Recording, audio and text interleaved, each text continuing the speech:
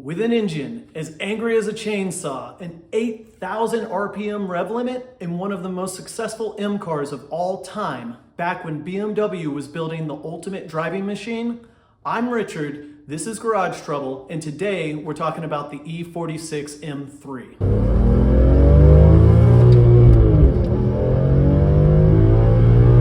Under the hood of the E46 M3 is a 3.2 liter naturally aspirated inline six with individual throttle bodies named the S54.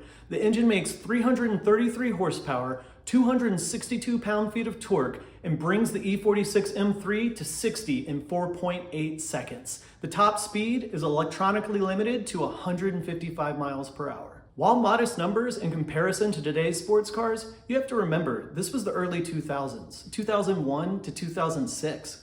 Cars back then didn't weigh 4, 5, 6,000 pounds like the behemoths we have today. The E46 M3 weighs in at an acceptable 3,461 pounds, a little heavy for back then, but nothing like today. It's front engine and rear wheel drive like a sports car should be. Transmission options were a 6-speed manual, the same as the E39 M5 and the SMG2 sequential manual gearbox. The SMG2 is a 6-speed automated manual transmission that uses paddles or the shift lever to change gears. It has an automated clutch. The two body styles available are a two-door coupe or convertible. In 2004, BMW introduced a limited run CSL or Coupe Sport Lightweight, only available in two colors, silver gray metallic and black sapphire metallic. Less than 1,400 were made, none of them made it to the States, and there are too many changes to mention, but the highlights are 3,053 pounds thanks to carbon fiber bumpers, roof, door cards, a plastic trunk lid, Recaro fixed back seats, and BBS wheels. A carbon airbox and more aggressive tune helped get the CSL to 355 horsepower and 273 pound-feet of torque. Also in 2004, BMW added an optional competition package known as the ZCP, which added stiffer springs, 19-inch BBS wheels, and larger pistons on the rear brake calipers. It also had parts shared with the CSL, bigger front rotors, a faster steering rack, an M-Track mode that adjusts stability control, and a steering wheel wrapped in Alcantara. So what to look for if you're buying an E46 M3? First off, there's something called the Big Three, and if any one of them are neglected, it can lead to massive repair bills.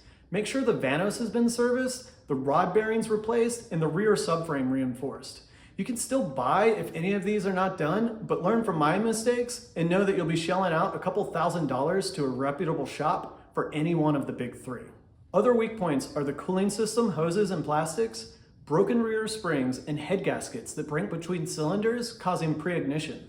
The latter, if left alone, can cause damage to the pistons and rings, which can end up scoring the bores. Luckily, a leak down test can determine if the head gasket's blown. The SMG pump is known to fail, and some of the interior plastics age poorly, becoming brittle, cracking, snapping, and if painted, even flaking. Many of these cars have been picked up by people who have either deferred on maintenance or made questionable modifications. So get a pre-purchase inspection and ensure there's a documented history. As of 2023, these cars are close to the bottom of their depreciation curve, if not there already. High mileage heroes can sell for around $12,000, while pristine, low mileage examples sell as high as $90,000 in recent years. Most of the sorted, well-maintained examples, they're gonna fall between $20,000 and $50,000.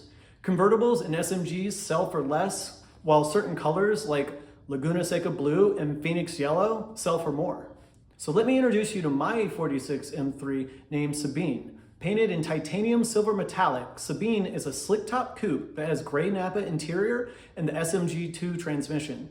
I've had Sabine for 2 years and have added 20 of the 74,000 miles on the odometer. During the height of the pandemic, after vaccines rolled out around Christmas, Sabine was an impulse purchase as my other car broke down and parts were backordered 6 weeks. I reached out to several dealers about other cars and they didn't have to return your calls to sell them back then. BMW was the only one that called back, and after a test drive, I couldn't leave the lot without Sabine. I've driven from Nashville to LA once, South Florida multiple times, and Atlanta multiple times. Reliability has been great.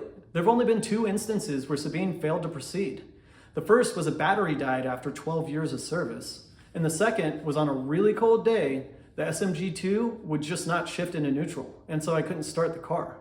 A few hours later, when it was warmer, the car was fine and I haven't had that issue since. As for maintenance and repairs, I've had new tires, a battery, an Inspection 2 service performed at 60,000 miles, a Vano service, and a leaking seal where the prop shaft meets the diff fixed.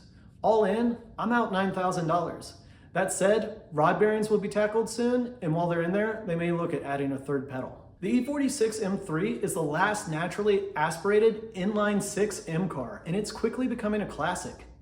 It's a riot to drive, balanced, angry, and yet composed. It's confidence inspiring with a communicative chassis. The ride is great, the steering feel is great. It's just enough power to get you into trouble, but not too much to handle. Its looks are timeless, and it's arguably the best looking M car of all time. It's lightweight compared to today's offerings, and it has no nanny features outside of traction control, which is easily defeated by the press of a button. And it harkens back to a time where BMW was still building the ultimate driving machine.